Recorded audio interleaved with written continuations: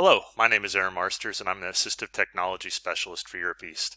Welcome to this PE training module where we're going to learn a little bit about federal law that impacts assistive technology within the PE setting. We're going to explore some different types of assistive technologies that you might see in PE. And finally, we're going to talk about where you might want to go for help if you need support with different assistive technology options in the PE setting. Good luck. Thank you for joining this session and I hope you learn a lot. Physical education must be made available to all students, regardless of their disability, even if that means we must specially design or include different adaptive or assistive technologies to increase access to the learning experience. As a PE teacher, you should be aware of two laws that can impact assistive technology within your PE setting.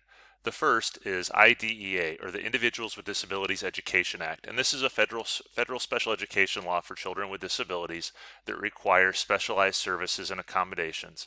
These students who are served under IDEA will all have an individualized education plan, and you might be part of that team who helps develop that plan and develop those accommodations. Your point of contact for any of these, for this law or for IEPs, would be your case manager for special education or your CSC chair or administration.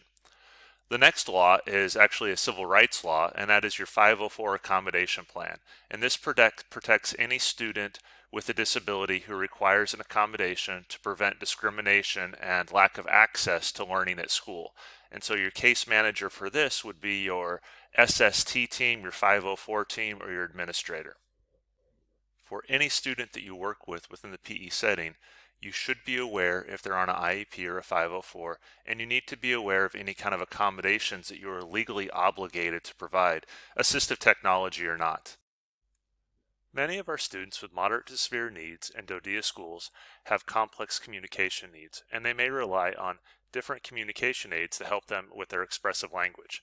Some of these might be a simple switch, as the red button's up at the top, where that indicates we can record up to a 90-second message, and we might have things like, hey, come play with me, throw me the ball, ready, set, go. We might be singing parts of a song. Different ways to increase that student's opportunity to participate in the class rather than just being a passive observer or passive participant. We also might use something like these Go Talk 9s, where we can record up to 9 different messages, and we might have student names, we might have different body parts, we might be playing, okay, Simon says tell me what we should touch, our head, our nose, our feet. We might say, okay, we're going to stretch today, have the different stretches on there, okay, and have the student pick what stretches are we going to do first and in what order. And so again, we're trying to find ways to increase participation for that student so that they're able to engage more with their classmates. Other students may require a different object-based schedule, like you see down at the bottom, where that we might have the jump rope and part of a ball or different things to indicate different things, different activities. So many of our students will require these. Now you'll see at the top we have a paper-based communication board, which is great for PE because it's not breakable. Okay, and so we have many students that will point to the different words and the phrases on the paper-based board, and then you as the communication partner will then read what they're saying or say aloud what they're pointing to, and you'll acknowledge that communication attempt as it was their spoken words. Now, we also have students who will use high-tech communication devices, either iPads or medical devices, and with these they'll have voice output, so they'll speak, and there's a variety of words. We can have it as simple as one word all the way up to 3,000, 4,000 words. And so you might be helping the student learn how to use their device through the fun activities that you do in class, learning concepts like up, down, more, turn, again, stop, go.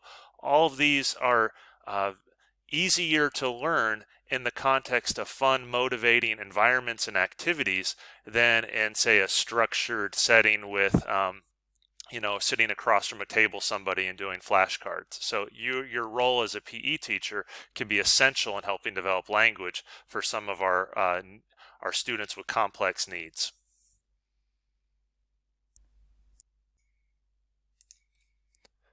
One low-tech strategy that can be very helpful for students with developmental delays, social issues, autism, or any kind of problems with comprehending the social, academic, or language expectations for the PE setting is a social story or a social script, which is basically pictures and images telling a story describing what appropriate behaviors look like within that setting. So for the examples on screen, you see a script talking about what it looks like when you run laps and somebody passes you. How do we drink water? How much time do we take? What happens when kids don't follow the rules? How do we win and lose appropriately during PE? Or what are the specific skills and steps and activities that I do to practice ball handling skills? And so these are just different ways that a student who struggles to naturally pick up the routines or structure of your class can get extra support to handle all those language, behavioral, and unwritten expectations that many students pick up naturally. Students typically read through these social stories before a class or before an activity so they're primed and cued and ready to go to be successful when they actually start the activity. If you need help with creating social stories, you would reach out to your special education teacher, your autism teacher leader, your behavior specialist, speech language pathologist. You can look online. There are many different avenues to create or come up with resources such as social stories or scripts. These are just some other examples of visuals that might be effective, such as a first then board. First we stretch, then we run. First we do something, then we get a drink of water. Having task completion charts so they know how many laps they have to run, what they get when they finish a certain task. These can all be beneficial for students that need to see what is expected of them, how much they have to do, and then what is the carrot or what is the reinforcer for when they finish. Consider adding some sort of visual schedule to increase the safety and predictability of your class and help reduce anxiety, frustration, and potential problems with transitions. If your students are literate, write out with words on a dry erase board, cross it out, somehow signal that it's over. But for your students that are not literate, use symbols so that they can still participate and access that schedule to feel better about what's going on within the class and what to expect. Now, we all know the power of video. Kind of a next level social script or story or visual support is creating videos of the kids or going on YouTube and finding video examples of correct behaviors, a certain way to do a sport, certain movements. And so they're called video models. And for kids, especially with autism, this can be a very effective way to teach skills, promote social engagement, and to help reinforce concepts being taught in class. And so here's our example of some children playing duck, duck, goose, working on the language, taking turns, showing appropriate stopping. Last example of a video model, just showing two kids playing catch, using appropriate language, requesting, giving positive feedback. Good throw. Oops, I missed. Throw it on your hand. So getting that positive support, he missed the catch, not throwing a tantrum, showing how to support. So all of these things that many kids just pick up in the context of natural classroom experiences, social experiences. For some students, we need to explicitly teach this, and video models can be a very powerful way to do that. So video models can be found on YouTube. You can check your curricular resources for tutorial videos. They're also great to create on your own. A simple iPhone, personal device, create a video, make sure you have your media releases on file for the students, and then you can post video tutorial videos, activities, share it with the class as just a general support. Your special education teacher, your speech language pathologist or behavioral specialist are great resources for this. You can research online more information on doing video modeling, but this is a very effective strategy for teaching kids social skills, the specific movement skills required for physical education, or some of the behavioral expectations of what right looks like in the classroom or the PE environment that you want to highlight. So now let's explore different technologies that might help a student who struggles with hearing. And so we have to think, how do we give information within our PE class, and how do we turn that auditory information into something a little bit more visual, more tactile? One option is to use signaling flags. Instead of telling kids ready, set, go, you might use a colored flag system. Instead of asking students to come back to you when you blow the whistle, maybe you raise the yellow flag and wave the yellow flag to signal that those students need to come in. Sometimes you're going to be providing instruction using videos, as we talked about video modeling or other curricular resources. When possible, turn on the closed captioning. Most all YouTube has automatic closed captioning. A lot of our curricular resources have closed captioning, so don't rely on the students being able to hear it well. Turn on the closed captioning to support those students who need to be able to read it as well as hear it. Another option that I've seen in some locations is they use turning lights, like the emergency lights you'd put on top of a car. And so most of these now are battery operated, have on and off switches. Some of them even have remotes. And so again, to get the students' attention, because sometimes if you're just waving a flag or something, that might not be bright enough to attract the attention of a student that can't hear. So they'll use these lights to signal it's time to come in, time to transition. Another thing that is helpful is just using images, being able to show the kids what activity they're supposed to do, when they're supposed to do it. And as we learned earlier, that also helps other students with autism or other types of disabilities.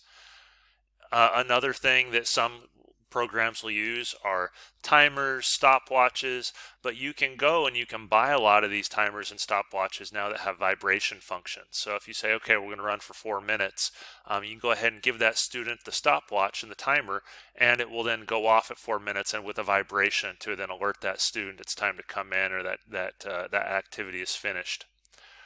In a lot of schools, we have something called a sound field, and this is something that you would typically wear a wireless microphone, and your voice is then transmitted to a speaker system, and it is then amplified for the class. Now, this typically can be very helpful for a lot of kids, ADHD, hearing impairments, just anybody in general. A lot of teachers like it because it saves their voices.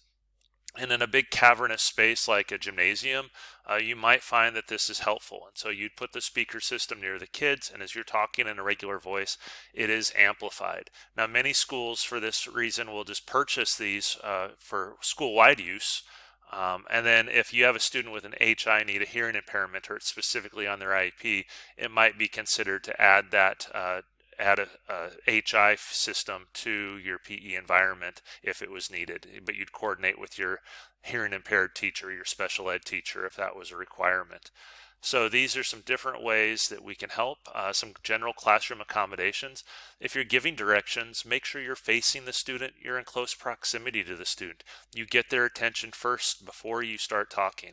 It's difficult in COVID times, but students with hearing impairments really benefit from being able to see your mouth and be able to see you talking so that they can then track and lip read as well. One other option that I have on here, it's hard to see, is I have some thumbnails, and I'll put some links into our training session, is ASL, some sign language. As a PE teacher, you might not have to be fluent in sign language, but there are certain PE specific words that could be helpful. And so if your student is using sign, or if just as a general class strategy so that you are making your auditory directions more visual, you might consider adding some basic functional sign language into your routines so that the kids can hear you and see the signs that go with it. And the last point on this I want to make is routines are extremely important. If the kids know what to expect because you've set up a routine that the kids can routinely follow, that really helps a student with a hearing impairment so that they're not having to always check, what are we doing now? Where are we going? What's going on? So by having structure in your class, it can help reduce anxiety for many of our students with disabilities. So we're going to shift gears now. We're going to start looking at different adaptive or assistive technologies to support students with low vision. And so you can see here we have a picture of an assisted running rope, and this is for a student with low vision. You have these stands and with a rope going the length of the gym, and the student then holds on to the rope or this connector, and they'll get these warnings when these bells when they get to the end. So this allows a student with low vision to be able to hold on to these guided running ropes and be able to navigate around the gym without worrying about running into a wall or running into somebody else or losing their way within the context of this big open space. And so this is an example of a beeper ball where it has that electrical device, put in a 9-volt battery, goes into the ball, and then it will beep whenever it is rolled around. When it is caught, you can turn it on, turn it off, and it helps a student with low vision be able to track that ball and know where it's going. So there are a lot of different adaptive balls out there for students with low vision where they'll beep, make sounds. There's some adaptive balls for students that don't have the same reflexes, need the ball to move slower. There's larger balls, heavier balls. This is an example of a friction ball that has special friction at a gripper, so it's easier to catch. When it's kicked, it'll roll slower so that the students have more time to react. So depending on what your student may need, if it needs to make sound, if it needs to be bigger, smaller, move faster, move slower, different colors. There are many basketballs on the market now that have the different hand placements for so that to give a more visual support for a student learning to shoot a basket. Soccer balls with different color icons for where to kick the ball. So there's a lot of different things out there that you would work with your identifying the needs of the student and then working with your local school, special education, or 504 team to determine if anything needed to be purchased. I don't know about you, but I could look at adaptive equipment, assistive technology all day while brainstorming different ways that we could integrate it within different activities for PE or any curricular area. But for the sake of time, let's start wrapping it up. And I always want to bring it back to the student. It's easy to look at equipment and get excited, but let's think about what your specific students need. What are some of their barriers to accessing their physical education experience, and what might be some adaptive equipment resources that we could provide to help that student increase their access. Now, oftentimes the equipment by itself isn't enough. We still have to provide that specialized instruction, make those additional accommodations, teach that student, work with that student, but it allows that student to increase their participation beyond what they could without it. And so, as you can tell, very passionate about this. If you need help, you always should reach out, of course, to your special ed person, your 504 person, your administrator. You also have your special education ISS. Your physical education ISS is a great resource.